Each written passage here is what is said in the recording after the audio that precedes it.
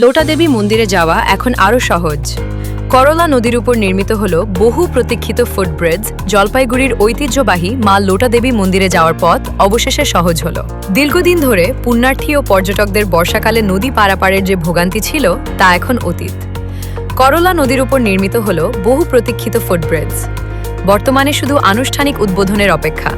2021 সালের বিধানসভা নির্বাচনের প্রাক্কালে লোটা দেবী মন্দিরের সামনে করলা নদীর উপর একটি ফুটব্রিজ নির্মাণের প্রতিশ্রুতি দিয়েছিলেন জলপাইগুড়ির বিধায়ক ডক্টর প্রদীপ কুমার বর্মা। তার উদ্যোগ ও প্রচেষ্টায় এবং উত্তরবঙ্গ উন্নয়ন দপ্তরের অর্থানুকূল্যে এই গুরুত্বপূর্ণ প্রকল্প বাস্তবায়িত হল। প্রায় 2,56,47,000 টাকা ব্যয়ে নির্মিত এই ফুটব্রিজের কাজ ইতিমধ্যে সম্পূর্ণ হয়েছে। সেতু চালু হওয়ায় এখন আর বর্ষার সময় নদী পারাপারের ঝুঁকি নিতে হবে না পুণ্যার্থীদের। এর ফলে মা লোটা দেবী মন্দিরে যাতায়াত যেমন নিরাপদ হয়েছে, তেমনি পর্যটকদের সংখ্যাও বাড়তে শুরু করেছে। এখন শুধু আনুষ্ঠানিক উদ্বোধনের অপেক্ষা।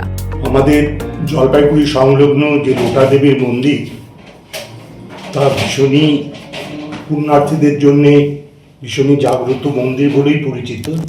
কিন্তু তার সেখানে পৌঁছবার জন্যে যে অ্যাপ্রোচ রোড, সেটা করলা নদীর উপর দিয়ে যেতে হয় বলে নানা রকম অসুবিধা হতো পুণ্যার্থীদের। সেই জন্যে আমার একটা প্রজেক্ট ছিল স্বপ্নের, যে যাতে করে ওই করলা নদীর ওই জায়গাটায় একটা ব্রিজ বা সেতু নির্মাণ করে ওখানে পুণ্যার্থীদের জন্যে যাতায়াতের সুবন্দোবস্ত করা, এবং সেটা আজকে সফল হচ্ছে, সেটা দেখে খুব ভালো লাগছে। এটা রাজ্য সরকারের তরফে হলো এনবিডিটির পক্ষ থেকে, হ্যাঁ।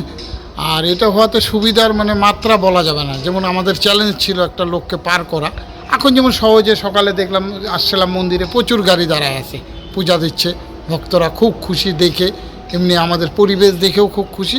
আর ব্রিজটার কথা তো বলাই যাবে না।